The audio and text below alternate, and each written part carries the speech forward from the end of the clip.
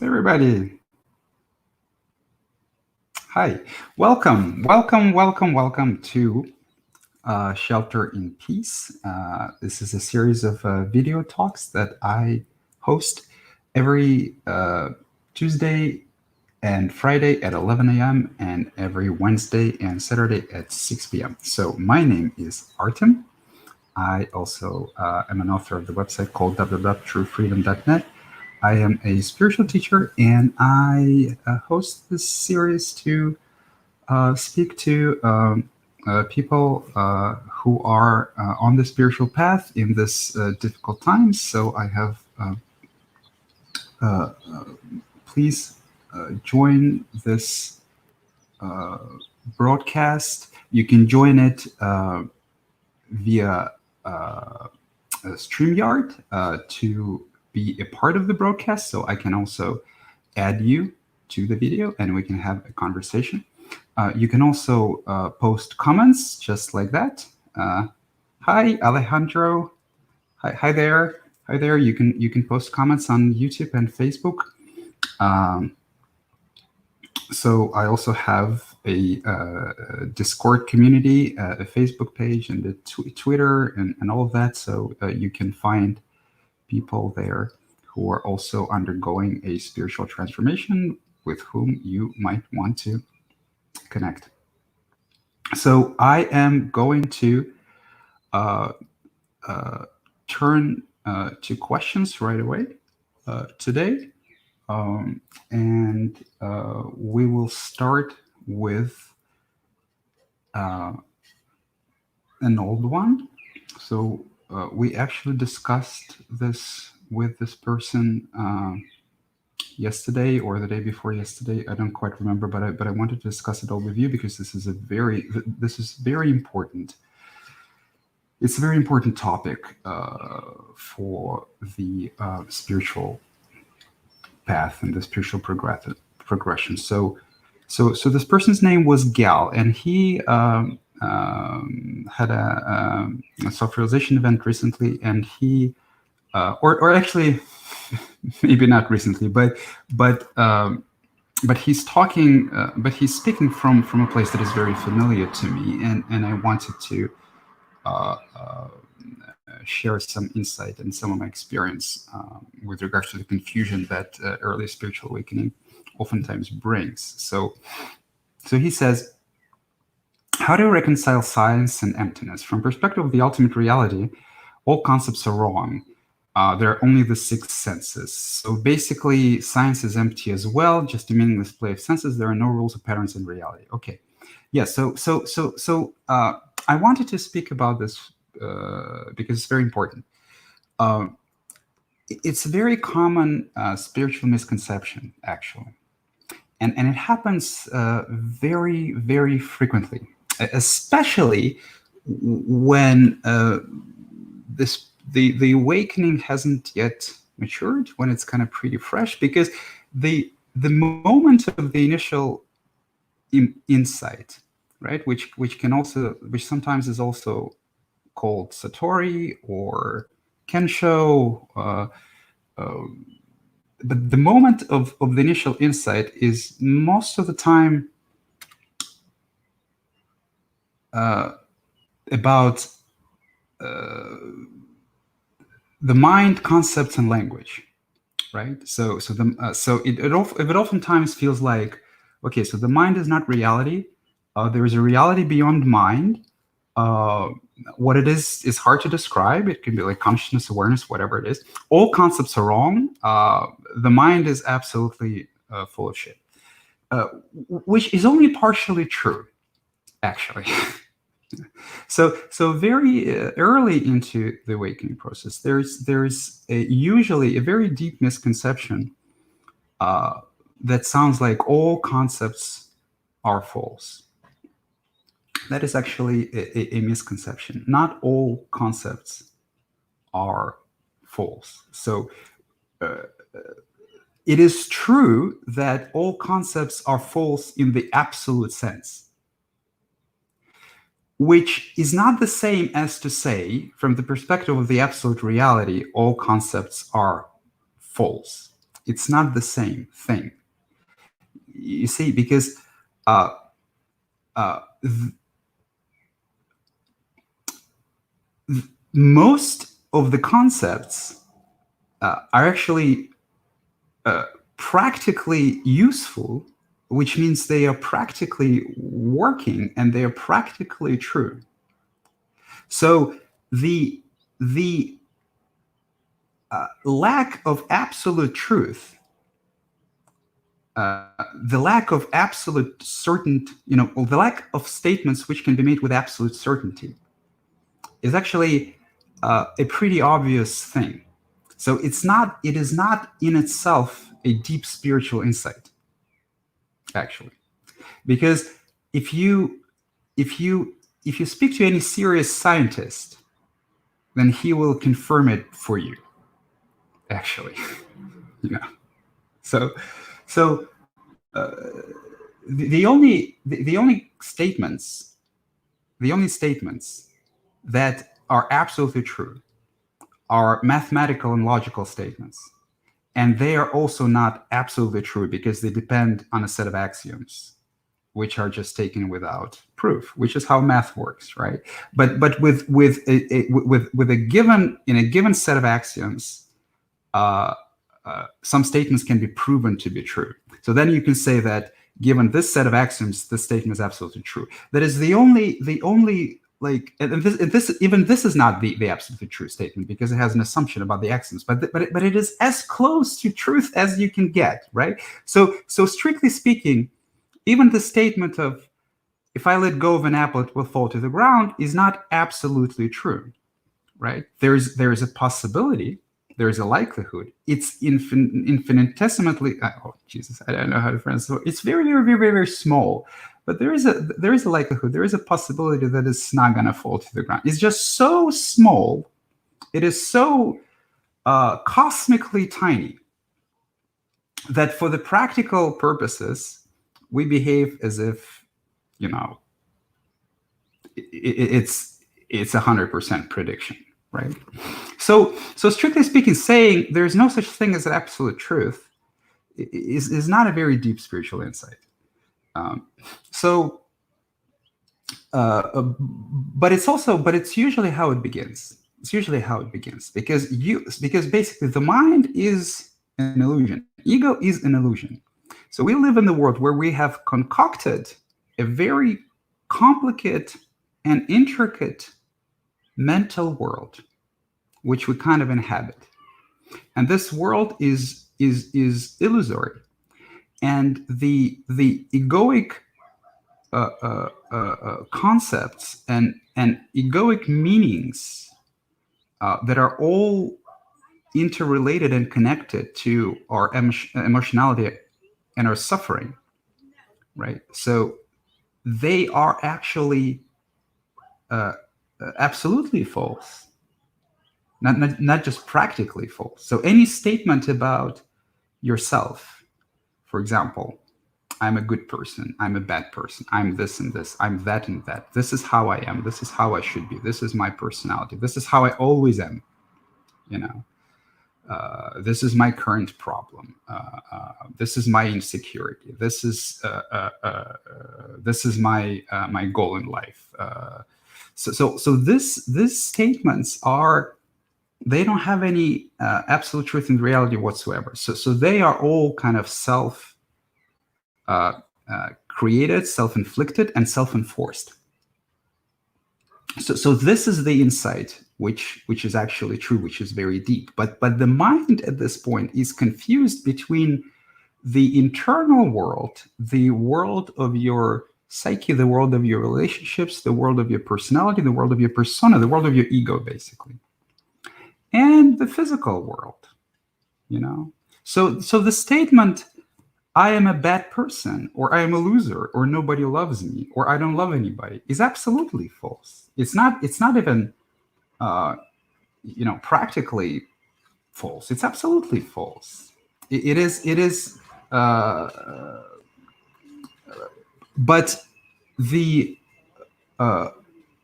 statement about the reality, the statement about, let's say, oh, there are clouds, so it probably gonna rain today. It's not like uh,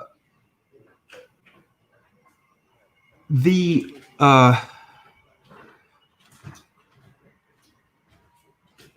hold on just one second.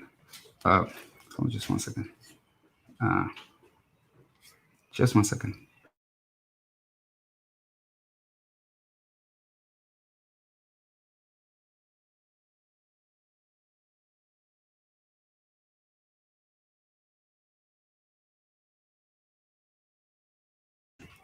I'm sorry about that. So I was sorry. I'm just there's something going on. So I'm a little distracted. Yes, yes. So as I was saying, not all concepts are false. So the deep insight of the self-realization event is that the truth of experience, the experience has primacy over concepts. Yes, that is true. But concepts are part of reality. Concepts are also an experience. So you experience concepts on the level of thought, right? If all concepts were false, we would not be able to communicate any information. So the information exchange would not actually be even possible, right? So and it's very easy to see when I speak to somebody who's freshly awakened, and every time that we would speak about their experience, their personality, their relationships, their well-being, the unfolding of their spiritual process, whatever it is, right? We always there's a tendency to always go into this absolutist statements, and it's like what does it matter? All concepts are false. Well, if all concepts are false, why are you talking to me? Every word is a concept. Every word has a meaning, right? And you might have a very different meaning. You might have a different meaning for your words that I have for mine, but every word has a meaning, and every word is a concept. So by pronouncing words to each other, we're exchanging concepts. So if you see no value in exchanging and discussing concepts, then why are you speaking to me at all? Why would you speak to anybody about spirituality at all if there is no value in concepts? Right. So the only thing that I can say without using a concept is, that's the only thing that I can say, right? As soon as I'm using words, I'm using concepts, right? So there is a value in using concepts because here's the thing. It's not that the concepts are all false, but we have you see, the process is about falsehoods and truth. So we have a view of the world, which is, of course, conceptual. And we have a view of ourselves, which is, of course, conceptual. Those views aren't actually accurate. So we have those views are based on a set of beliefs that we unconsciously adopted and that we take without any question. We live our lives as if those beliefs were true. So the problem, and then we form concepts on top, like based on those beliefs. We form concepts based on those beliefs. The problem isn't concepts. The problem is our clinging to concepts. You see? So the problem is so we have, let's say, a conceptual view of ourselves. And when the reality tells to us, look, your view of yourself isn't actually true. You don't know yourself very well. You think of yourself this way, that's not true. And here's an example for you, and you start to feel uncomfortable. You start seeing more and more things that you've been hiding from yourself. You start seeing more and more things that you have not admitted to yourself. So your concept of yourself starts to disintegrate. It starts to become more fluid, So this fluidity of concepts, this fluidity is what creates an enlightened mind, a beginner's mind. So an enlightened mind is not a mind devoid of all concepts whatsoever. If an enlightened mind was devoid of all concepts whatsoever, then no enlightened sage would be able to speak ever. So they would just go mute, right? So if this is what you think the end result of enlightenment is, then you don't have to do any practice. Just shut up and that's it, and don't say any word until for the rest of your life, and then you will completely conform to your image of what an enlightened person is. So concept.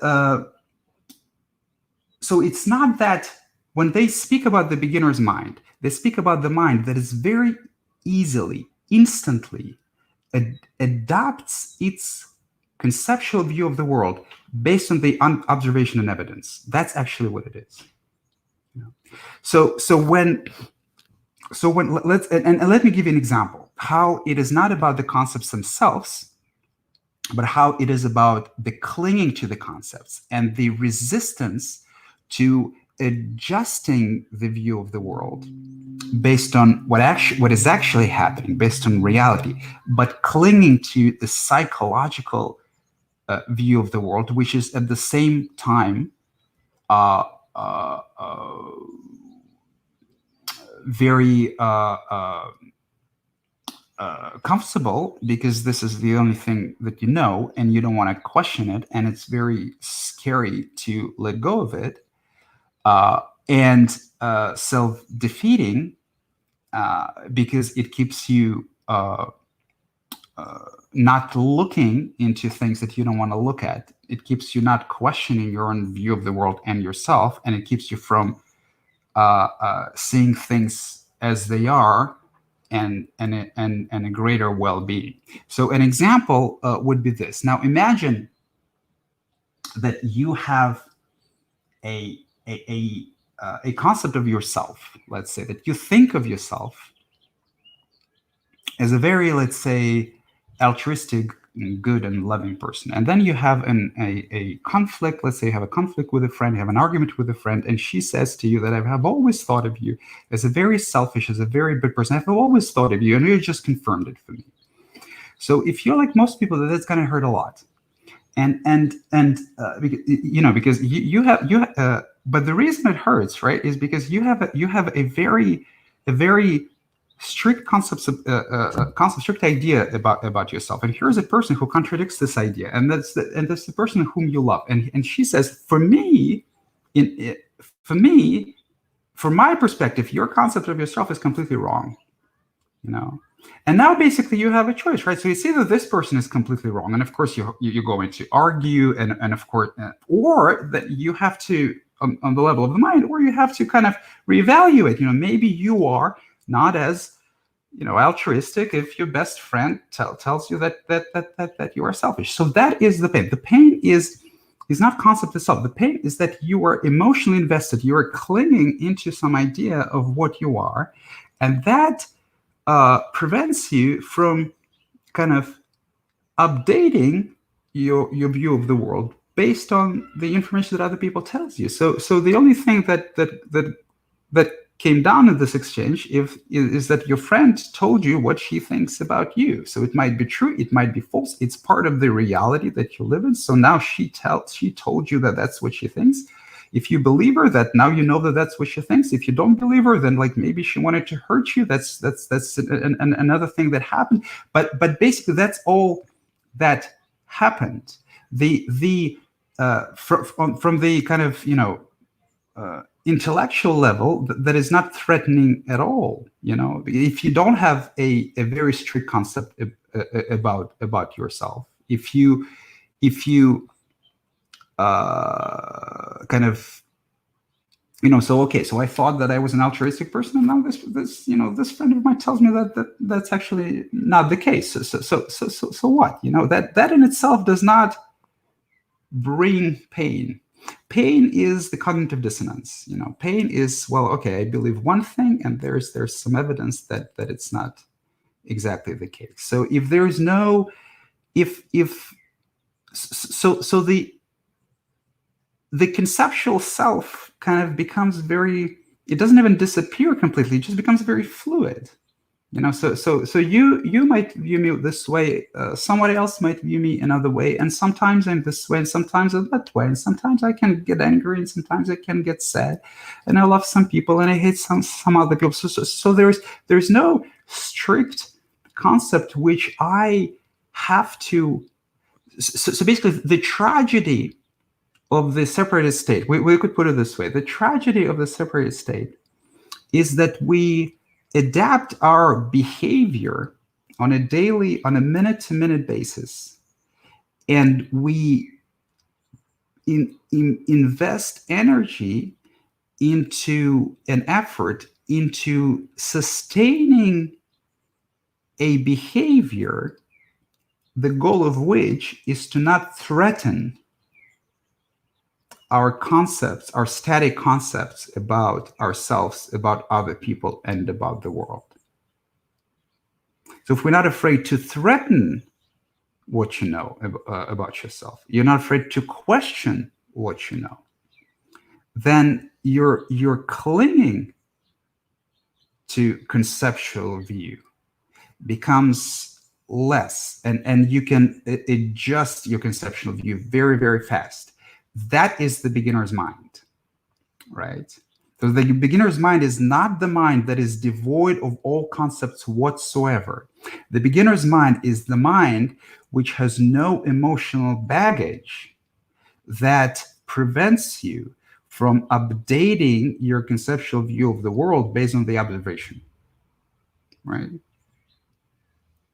So I know what an apple is. I know what an orange is. If, there's some new fruit with a new name that tastes very differently and it comes to the market, and I will look at it and I will remember its name, and I will remember its taste, and it will be a part of my conceptual view of the world for the rest of my life. And if somebody who claims to be an enlightened sage who is not capable of doing that, then that isn't a desirable state of consciousness, right? So my point is the conceptual mind is part of reality. You cannot live your life without having a conceptual view of the world, right? A conceptual view of your own psyche, conceptual view of your own psychology, what you like as a person, and what other people like as a person is another matter entirely. You never know what somebody is like as a person. You don't have access to their mind. You only know what they're going to tell you. People change, so we create a lot of misery for ourselves and for other people by clinging to our conceptual view of the world and how it works, and not listening to each other, basically. But it doesn't mean that all concepts are false. So which is also why science works. Beaches. Science works. There's absolutely no conflict between science and spirituality. And I think that Dalai Lama said that the view of the world which does not include science is an incomplete view of the world, and he's exactly right. And I am much more forceful than that. So science and spirituality are completely orthogonal. I mean, they're just like, spirituality is about staying in your natural state and being happy and harmless and content. So spirituality is basically about bringing you back into how you were born when you were still capable of enjoying your life, of being happy for no reason, of being joyful and finding joy and pleasure in the smallest thing, as all of us, pretty much all of us, with rare exceptions, remember from our childhood years. That's what spirituality is about. I mean, it has absolutely nothing to do with science. Science is about how the other world works, right? So science tries to extract patterns and create laws that are practically true, that work and that can help us, our understanding of the outside world, that can help us improve our lives. So there is absolutely no conflict in science and spirituality. And the appearance of the conflict, it comes from the illusion that all of the misery comes from language, logic, science, thinking, concepts, whatever the word is, right? So this is a big misconception. Concepts by themselves are not the enemy. Clinging is the enemy. Lies are the enemy. Falsehoods are the enemy. Ego is the enemy. I mean, which also is not an enemy. I mean, because you like, so if you try to make your ego your enemy, then that's also not going to work, because only ego makes ego an enemy. So, but by enemy, I don't mean an enemy in a way of like something to be eradicated and avoided, but I rather use this word as something to be looked into, something to be investigated, something to be explored. So that's what I meant. I wanted to make sure that I don't use language in a bad way. Okay, so that's enough of my blabbering for today, and let me get to questions. Okay, Richard. Hi, Richard. Shay says, I'm really glad to hear this discussion. Okay, well, great. So it was helpful, which is wonderful.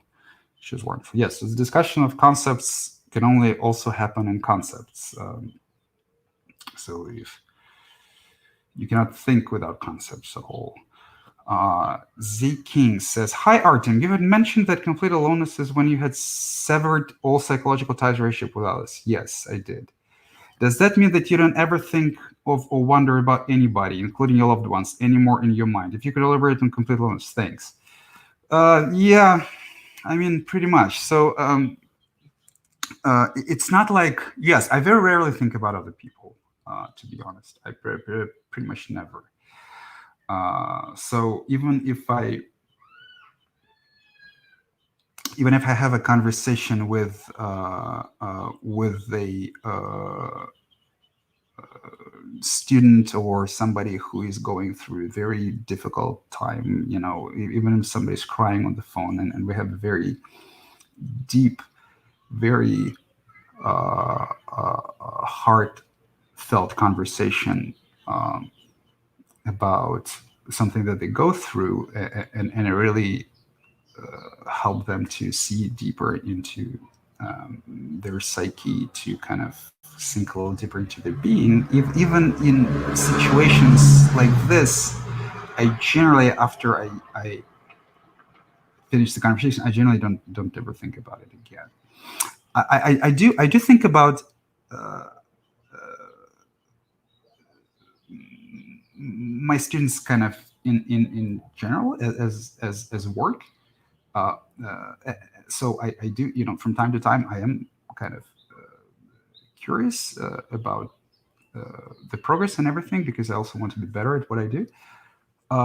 And I do think from time to time about my loved ones, but in a way, I just want to make sure that they're okay. So I sometimes I want to speak to them, but I generally don't miss anybody. So in general, kind of my emotional state is kind of very flat. It's kind of like a flat line in a way.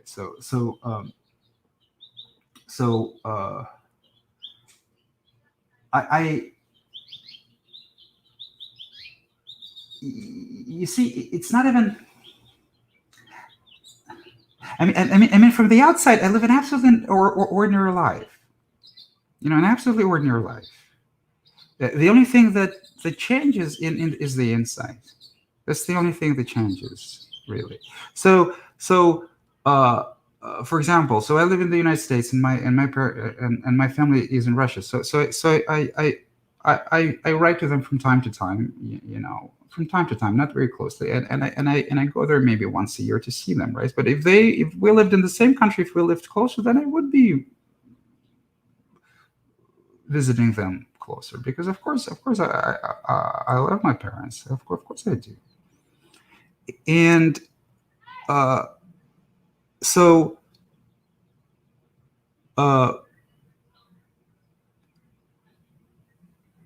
so I don't really think about people a lot, but I do kind of I do like to see certain people which I love. If I love you, then I want to see you more often. So from time to time, yes, of course, I do want that to happen.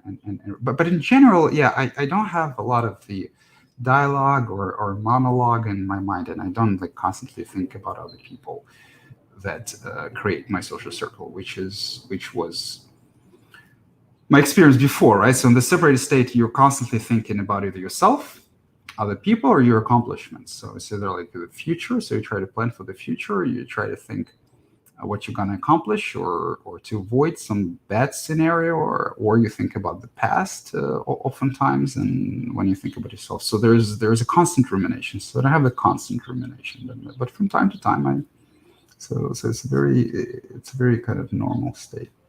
Shay says the problems not come, the process can come. Yes, that's very much true, right? So because concepts can be wrong, right? So like for example, you're a good person is straight false. It's just false. Nobody is universally good. I mean, consistency is not possible. Everybody did some shitty stuff. Um, okay, Alex says hi. Hi, Alex. Whoa, you look hungover. Hey, how are you? I'm good. Yes, yes. Hi Artem. So I've been pretty depressed today, Okay. and um, my question is, when I'm experiencing um being depressed, and I have like a thought in my head, like, oh, this is awful. This is really tough. This feels terrible. Hmm. Is that in itself resistance?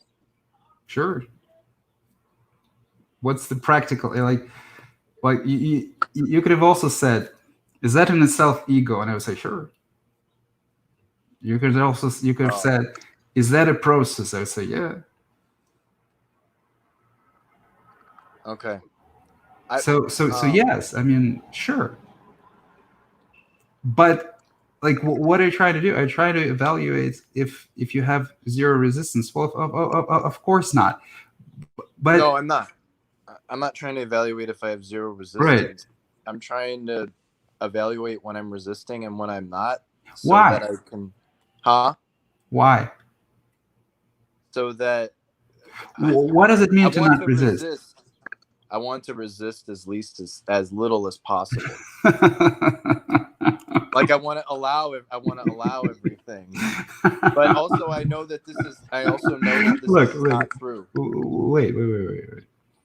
Uh, uh, you see, you can only say that I want to resist as little as possible if you are resisting, because if you aren't resisting, it won't occur to you. Correct? Correct. Right? Hmm.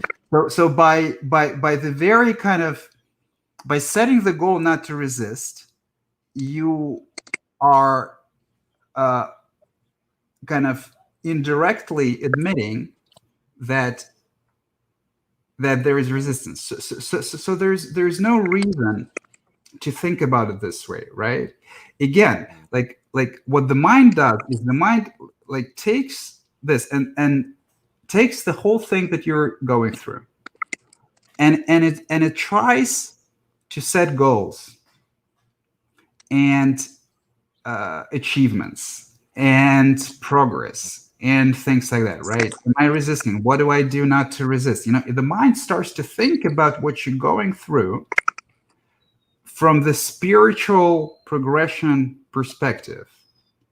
and you have questions of, am I doing it right, or like, whatever. You see, because you kind of have to look at also even why you would even ask this question to me, right? Because it can be, am I doing it right, right? So there's no way to do it right or wrong. I mean, of course you're doing it right. You're doing it the only way you can, right? So I can't tell you like, no, you are depressed today, so you're doing it wrong, right? So that's one thing. Just tell me, am I doing it right, right? And the other one is just that you're suffering and you kind of want some support. But but but other than that, the using of the spiritual terminology, right? So when the mind starts, okay, what's going on? Is there resistance? Where is the resistance? Is that resistance or is that resistance? So other than that, like using of the spiritual terminology, other than like speaking to me and like saying, am I doing it right or something like that? But when you're alone with all this experience, using of the spiritual terminology, trying to make sure that you are spiritually correct is absolutely counterproductive. The most productive thing that you can possibly do is just to look at your experience and accept it with your with self-compassion, so I what's really going on right now? I feel sad, I feel depressed. Well, like it would be better to like, know what it is exactly that you're feeling. So there's some sadness, so there's some anger, there's some despair, and that's all it is. Now have some compassion for yourself. Treat yourself as you would treat your best friend. Say, yes, it hurts, it really hurts, I don't want to do anything, but it's okay. Just spend some time alone, meditate, take a bath, just kind of cry, let yourself go through it with love. Have compassion, appreciation for everything that you are feeling, instead of, oh, where is resistance here? What's going on? Your resistance is your is exactly the idea, because the moment that you feel depressed or sad, you immediately occupy yourself with a goal of how to stop feeling this way. That's resistance, right? So instead of doing that, say to yourself, well, what's wrong with feeling this way? What's wrong with it? That's what it I is. Yeah, I've done that sometimes, but like on days like today, I Okay. haven't said things like that to me. Like it's okay to be depressed. Like it's okay. Like to me, it's totally not, because it feels awful, and all I've done all day is just sleep because I, I don't want to feel it. Now, I'm not saying. Uh, Here's the thing. Yeah, I'm not trying to say that. Uh, so it's important. What I'm about to say, right? So there's. It's not about the language that I gave as example, right? So kind of it's okay, and things like that, right? Uh, you can look at it. It appears as if a kind of a soothing language, right? But it's not about. I don't give it as an example of how to soothe yourself. What I was about to say is that there's something in you which unconditionally accepts all of your experience. There is something in you that is not disturbed even by your sadness.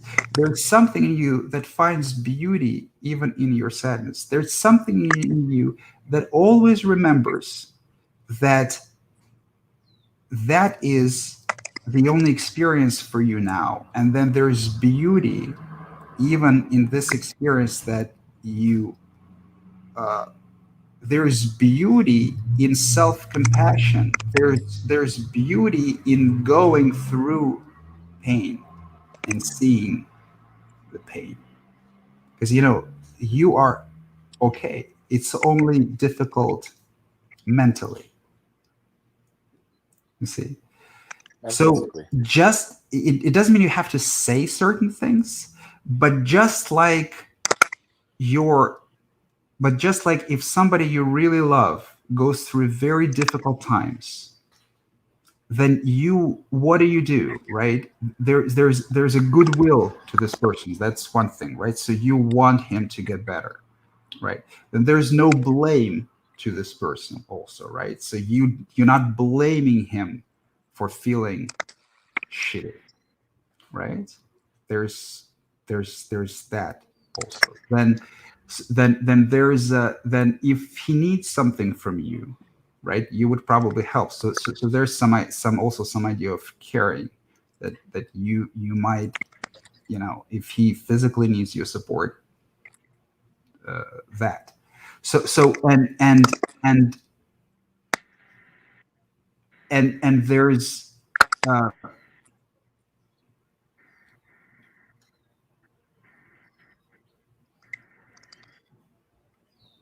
so so kind of the it is difficult, but the trick is to be able to give it all to yourself. That's the muscle that you train, right? So when it's hard for you, you treat yourself with the same love, with the same courtesy, with the same uh, uh, uh, consideration that you would extend to somebody that you really love, and you do that to you do that to yourself, you know. So yes, of course it is difficult, and it can be very painful, it can be hurt very very much, right? But just like your friend, it's not like if he could do like, and that's it, right? He wouldn't ask for your support, so you can't do that either. You can't just snap your fingers and this pain will go away. So all you can do is just, look at it compassionately. Have compassion and understanding for, so you did not choose it. Nobody chooses it. Yeah, I'm It's a finding that difficult experience. Take it's care of hard to yourself, take care of your body. What? it's hard to be that compassionate with myself Yes. sometimes. Yes, and Really hard. sometimes, but you see, because sometimes you would feel self-hatred, but the key is, in this moment, if you feel self-hatred or self-loathing, right? The Yeah. mistake is to immediately start judging yourself for self-hatred and for self-loathing. Oh, you're doing it wrong. You're doing it wrong. Oh, you're self-hate. You hate yourself again. This is Right. wrong. This is the best version. No, you allow yourself your self-hatred. Allow yourself your self-loathing. I even had a lot of visual and I had a lot of experiences in meditation where I would kill myself many many many times. There was so much self-hatred, there was so much self-loathing. I mean, and it's pretty much the same for everybody.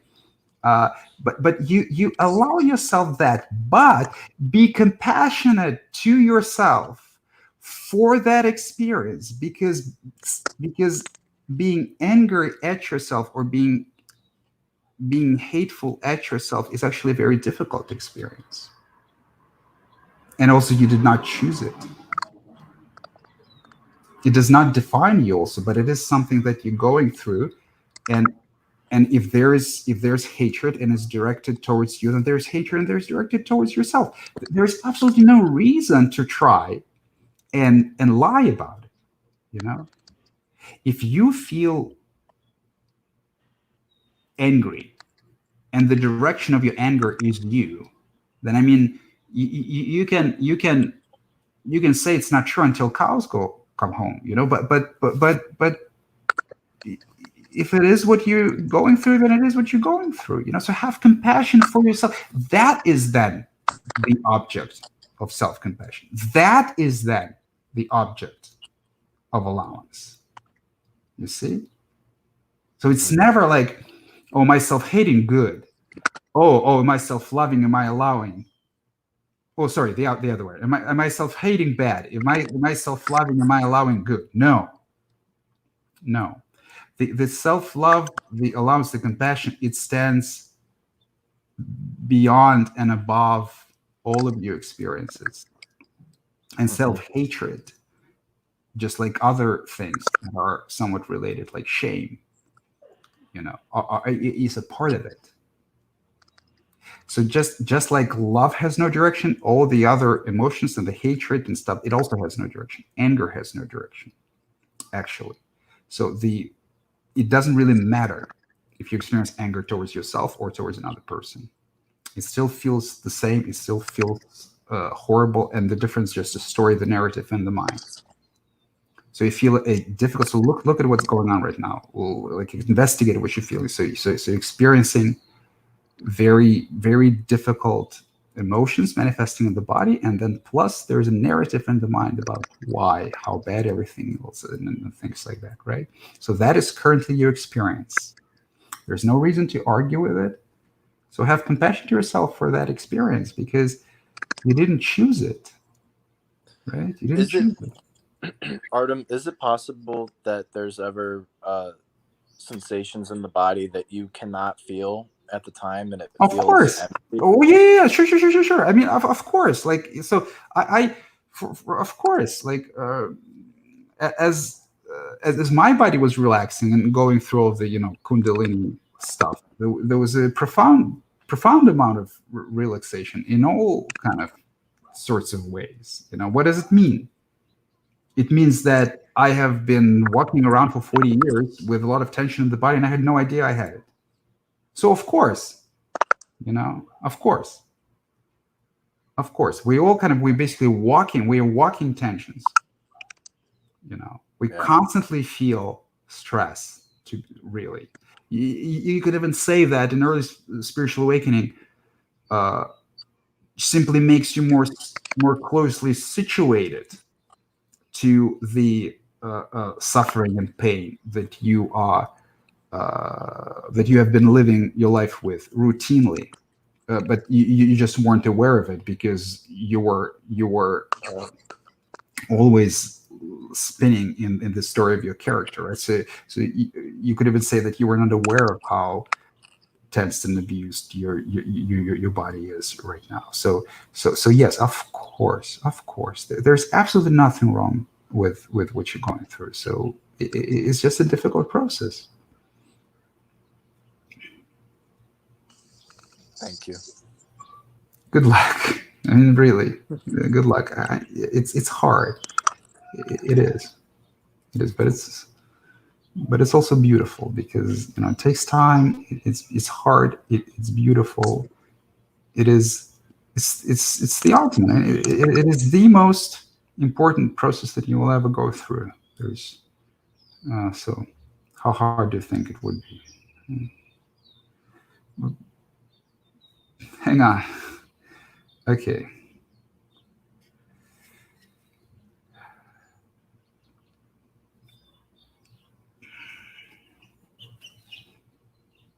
I'm gonna remove you from the stream, but you're still in the guest room. So if you need to speak to me, Okay. you can. Hey, Alex. Oh, actually, this is for you. So Louis says, "Hi, Alex. You're obviously feeling the way you feel. So are you really resisting?" Well, yeah. You could like you could say. You see, it's very interesting because initially we have so much resistance that we're not even in touch with our deep emotional suffering. When we start to resisting it less, then we're getting in touch with it more and more and more and more. So you can say that the the emotional sensitivity is a sign that you are experiencing less resistance, right? But ultimately, the more you allow your emotional sensitivity, the more you will start to see that on a deeper level, all emotions are resistance to things as they are.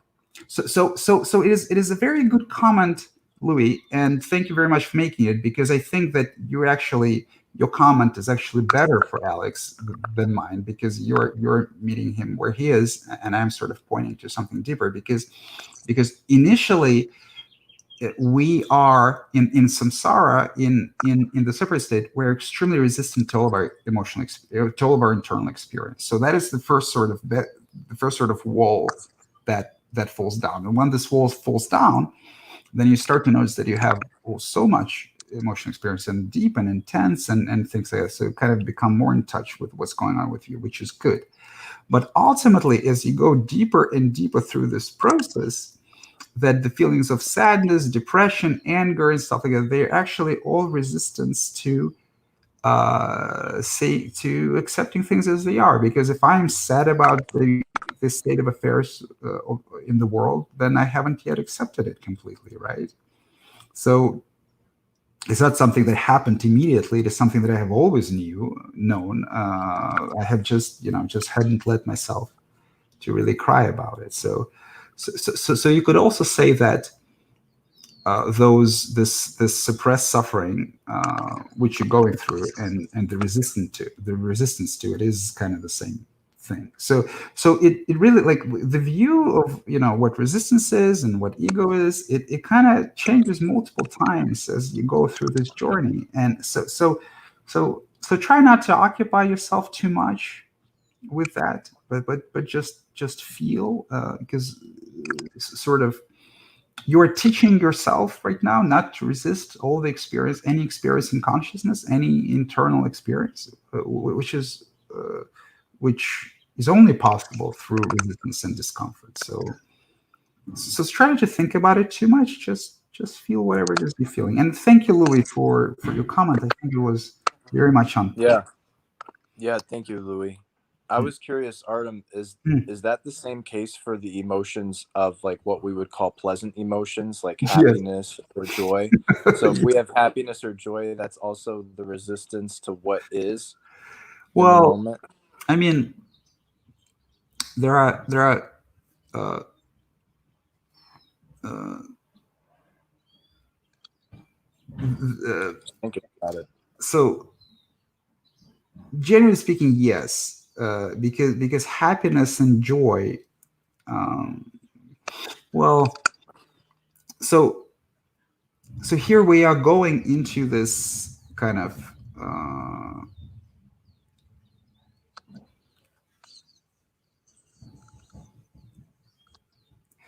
like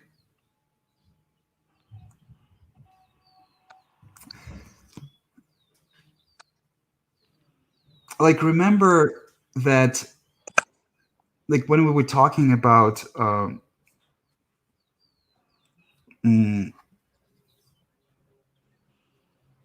self-compassion, right? So how I kind of try to make the point that the true self-compassion is kind of is not the opposite of self-hatred, but it is something deeper than self-hatred, which can be compassionate even to your self-hatred. See, so true Mhm. self-love is not the opposite of, it accepts even your self-hatred. Yeah, Because everything self-hatred is just a bunch of emotions, a bunch of bodily sensations, and a lot of thought, which are just yeah, experiences which can be witnessed, loved, and accepted. They're just unpleasant, yeah. right? So it's kind of the same thing with happiness and joy. So Mhm. the true happiness and joy originate a lie from beyond the mind. They Okay. are the very nature of your existence.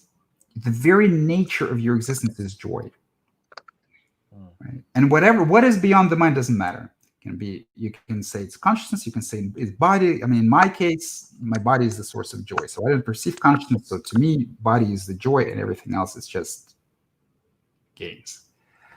That's my life, right? So my life is experienced as the body.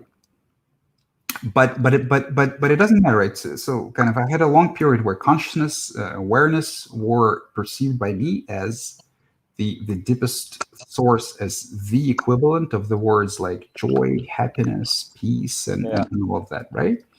And then there is also kind of a circumstantial joy, which is the opposite, right? Which is the joy and happiness that come from excitement, that come from attainment. It's kind of, it's Right. always in a little bit, it's always a little bit apprehensive. And then because usually when you get what it is you think will make you happy, you kind of are happy for a while, and then so this Filters happy off. for a while, this happiness from which the opposite of which is misery, because like the success, the opposite of which is failure, this joy, the opposite of which is sadness, they are all uh, the opposite experiences. So they and then it applies. Yes. So your question, does it apply to the positive? Yes. And Okay. then in the process of the Wow. unfolding, you could have a very kind of you could have a period where you're deeply, deeply sad, and then you would just be so happy and joyful because so there's just two sides of the same coin. So you see, so you went through some of that, and the opposite of it is the relief of it, the other side of it, the feeling when you feel relieved of some part of your happiness, there's deeper lightness and joy and happiness, and then a new wave could come, right? So with time, the sort of there's it's close. There's neither the misery, sooner or later, no, nor kind of this kind of ecstatic, blissed out state, because those are just the opposite of each other, right? But it does take time, and you absolutely have to enjoy both. You kind of have to, because for a lot of people, they're afraid of joy and happiness because they're so sort of used to. Like my wife said today, the most great, like the greatest thing. She said, everything is so beautiful and fairy tale like and amazing, and I don't like it. So she felt at the same time, not even like, because usually first it goes in waves, so misery, joy, and then at some point in time you can even start to feeling it at the same time. She felt at the same time the beauty, Wow. the natural, beauty, joy, and happiness of existence, and the egoic resistance to it. Like, no, I don't want it, Mm. because the ego wants to suffer, and you have to let it, right? So it's kind of, you try not to resist any experience, Yeah. any experience, Okay. you know, because enlightenment is, strictly speaking, beyond experience.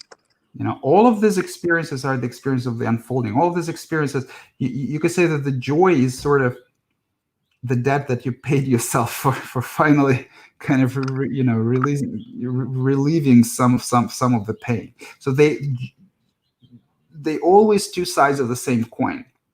Your resistance to one, the resistance to the other is the same. Yeah, I So understand. yes, okay, very good, very good. Great, great, great. Okay. Shannon says, sometimes when I'm sitting quietly, I start to feel like my consciousness is getting sucked into something or flushed.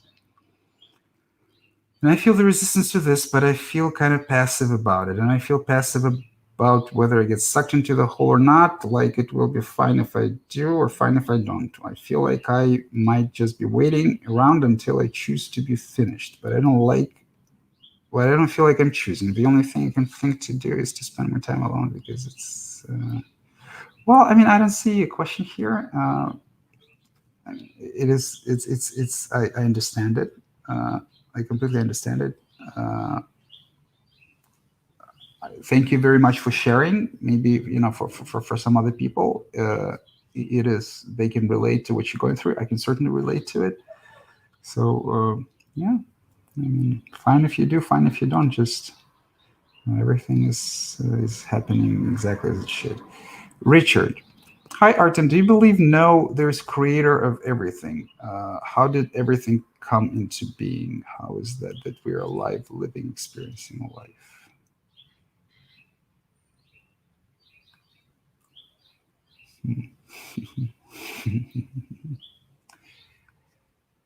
Uh, well,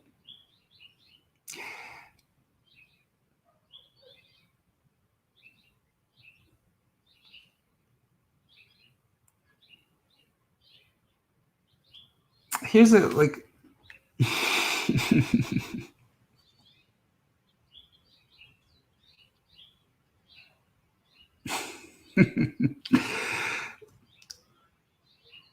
Well, there is a creator of everything, but not of everything. And the creator of everything in your dream is you. The creator of everything in reality is reality.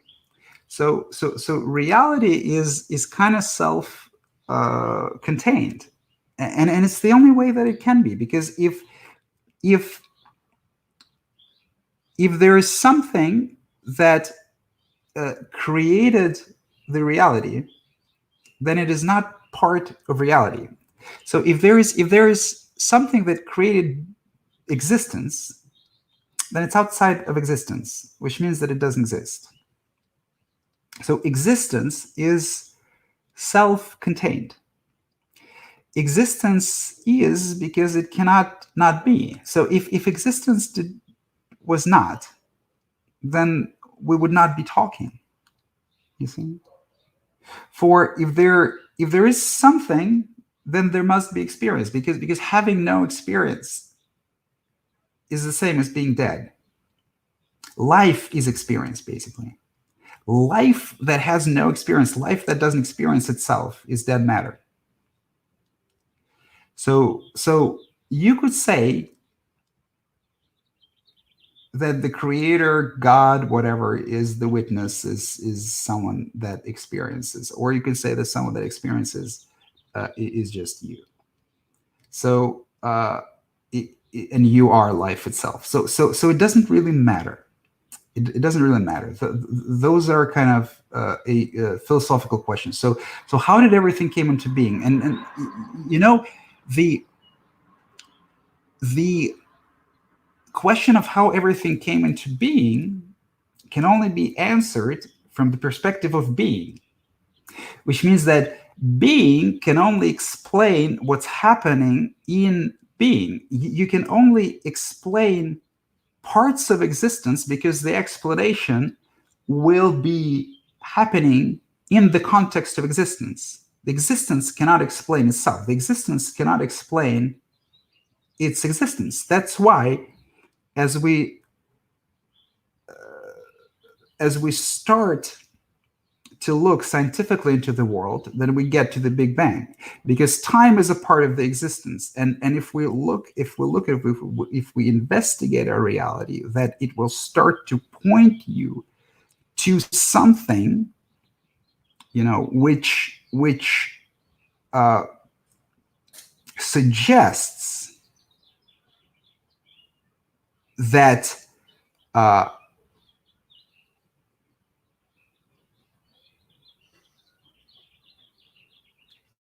that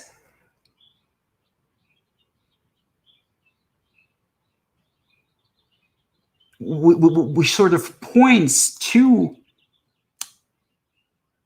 timelessness, spacelessness, kind of what in science is called singularity, the Big Bang. So a moment, kind of as deep in back in time as we can go. So we cannot even strictly speaking say what was before the Big Bang, because before the Big Bang there was no time. So if it's imagine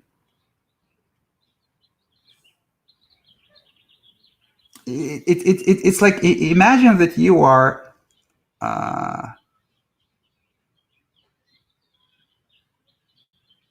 so what was going on before the Big Bang and what is north of the North Pole are the same questions, right? So let's say if you are on a ball like an Earth, and you go around, right? If I ask you to go to the northmost point of the globe, that you will get to the North Pole, but you cannot get any norther than that.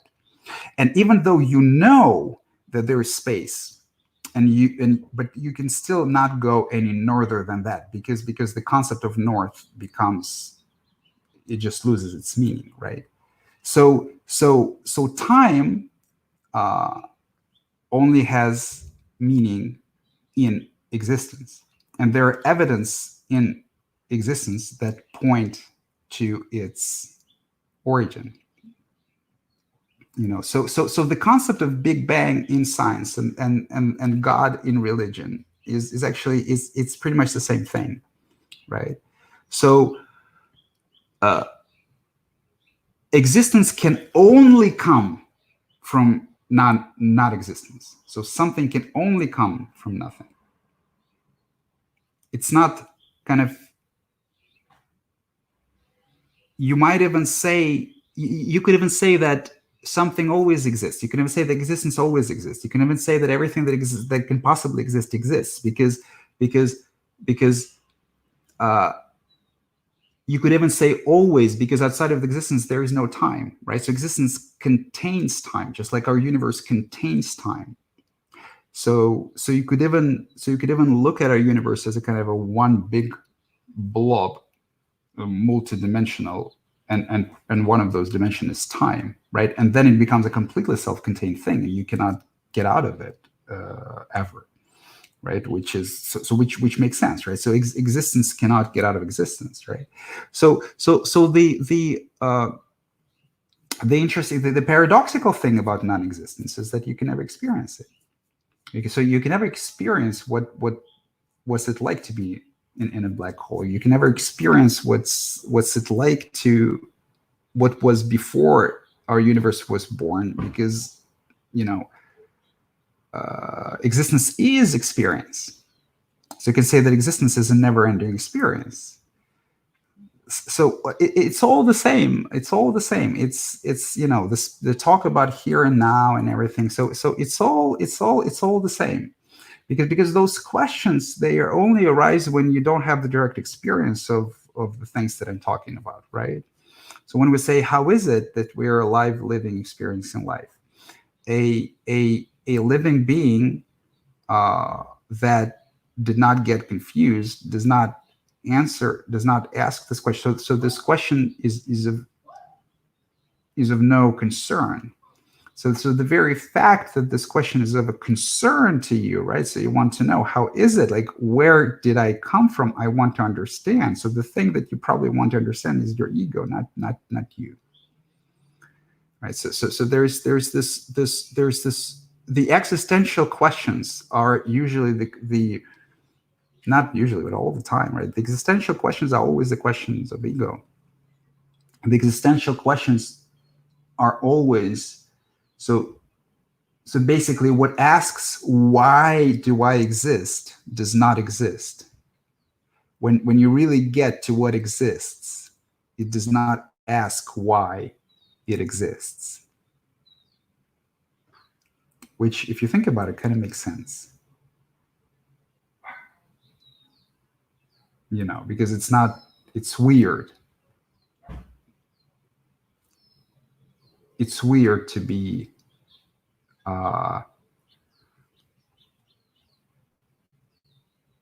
needing a reason for existence. It is very strange.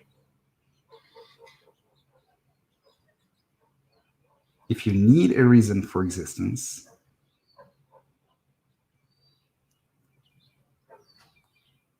then how can you enjoy it?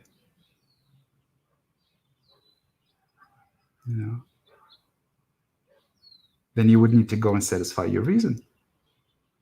What if I told you right now that the reason for existence is this, and you thought it was that?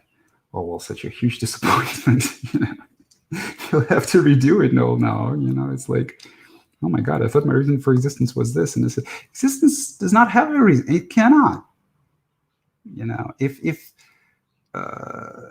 all the reasons are within existence. So those kind of philosophical questions, they can be discussed ad nauseum, and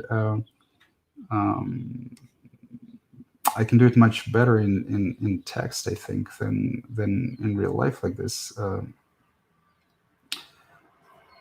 Okay, so Lewis says, would happiness and joy just be accepting the moment since they're good feelings?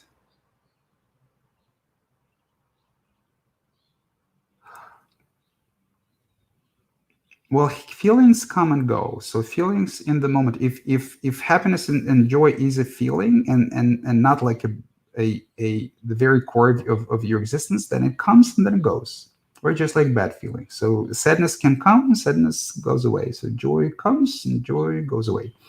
So and then being in the moment would then be accepting both sadness when it comes and joy when it comes, and not clinging to either sadness when it goes nor to joy when it goes. So that would be true acceptance. So if when sadness comes, you really avoid it, and then when it goes away, you're glad about it, and then when joy comes, you really welcome it, and when it goes away, you're sad about it.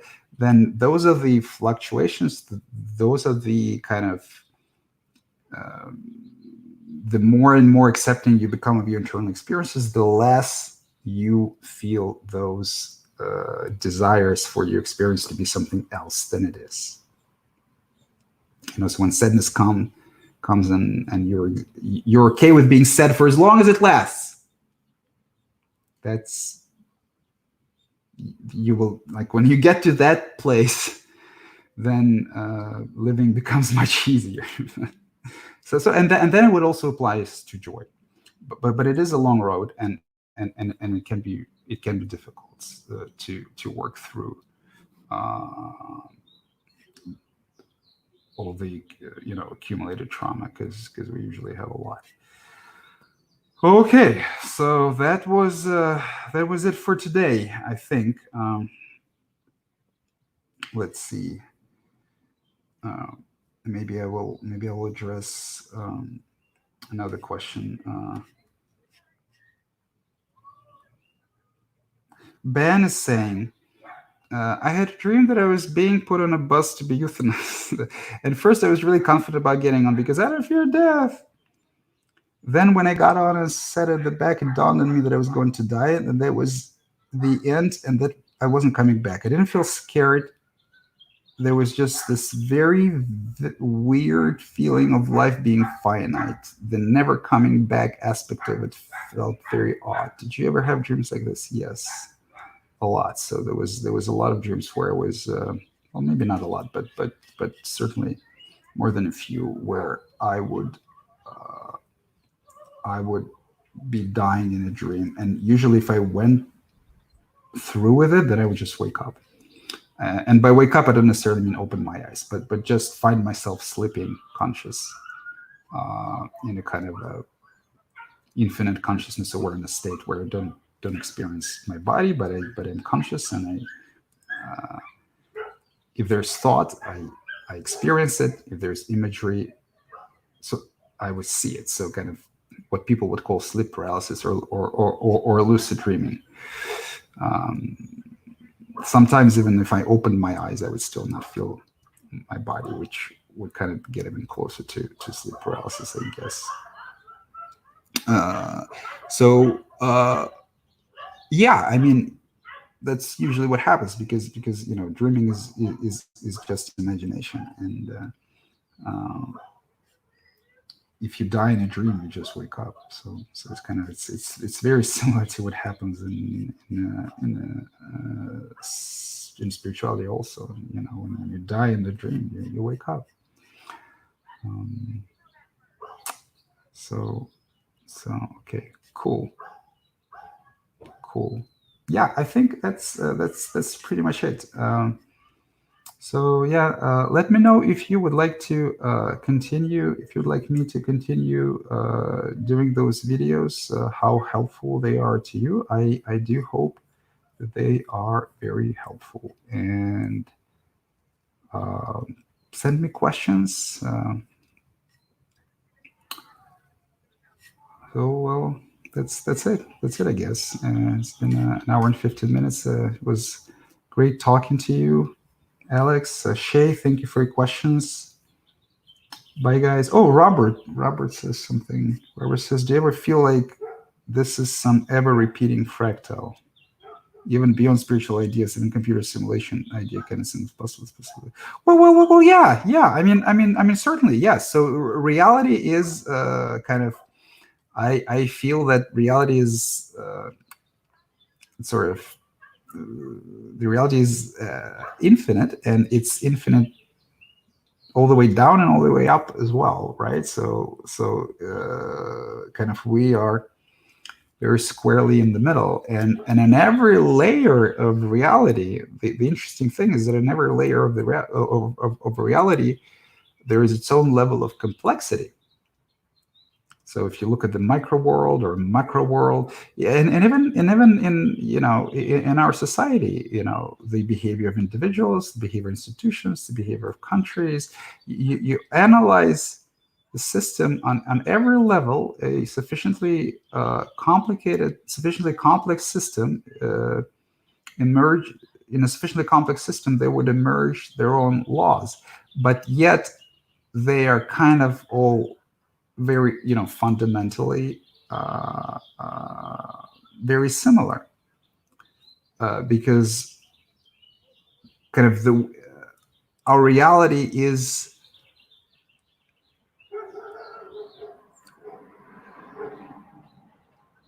kind of follows the same fundamental principles on multiple, just scientifically speaking, on multiple layers, but it's just that they give rise to very different uh,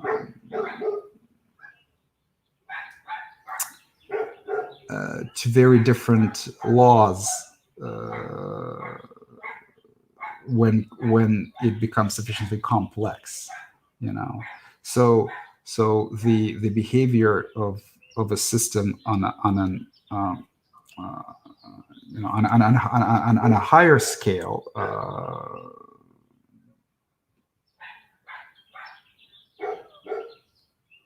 is oftentimes based on what's going on the lower scale, and it is described in a different set of abstractions. So so and and you look like and you look at this all the way up, and you look at this all the way down, and it does feel like sort of it's a huge infinite reality, and you kind of squarely in the middle, and it's turtles all the way down, turtles all the way up. um, Although, I mean, it is also interesting because there are limits, as you go into the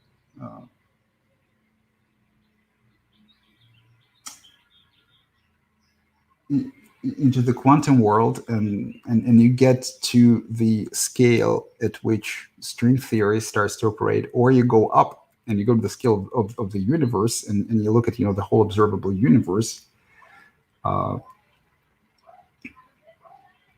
and you ask questions. Well, is there any other universes and stuff? So it seems like there are kind of limits to our perception. Is it limits to our perception, or it limits to reality? I think it's limits to our perception. So it is. I think reality is infinite, and which doesn't mean that you get to experience the infinite reality, or it doesn't mean that you get to. I mean, infinite realities, right? So for you, this reality is the only reality. Your kind of the way that uh, like you are never going to see another universe. That is also something that you have to come to terms with, right? But I mean, if you ask me, do they exist theoretically? Yeah, I think so, right? I think, like, if you ask me theoretically, then I think it is a kind of everything that can possibly exist exists. Okay, Benjamin says, thank you. You're welcome. It's very nice to know. Give me feedback, guys. Tell me what I should speak about, or like, is it good? Is it too frequent? More frequent? Like, should I make it less frequent? Should I speak about particular topics? Kind of let me know what I should do. I'm doing this for you. Love your streams, Rogue. Thank you very much. So Benjamin says, once you suggest American Beauty, Samadhi, Capex. Any other suggestions comes to mind? Movies, documentary, or books? Uh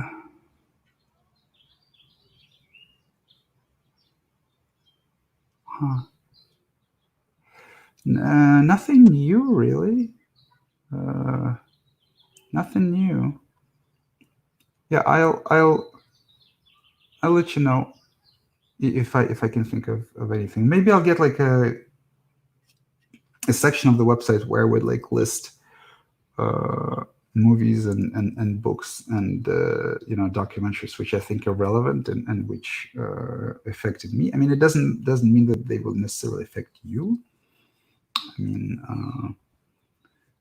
so, but still, I mean, maybe it's not such a bad idea. Robert says, "Wonder how many times we've had this conversation in this infinite reality where, in theory, anything may just be possible." Weird. Huh?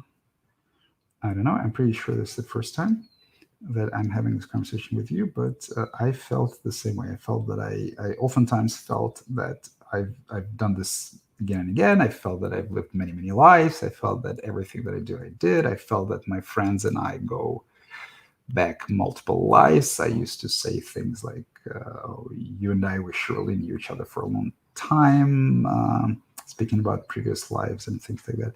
All of this have ultimately left me. But I certainly understand how you feel. So, anyway, bye, guys. Thank you very much for joining. Thank you for all of the wonderful feedback that you have been giving me. Please feel free to write, subscribe, the usual stuff. Anyway, bye, bye, everybody. Bye.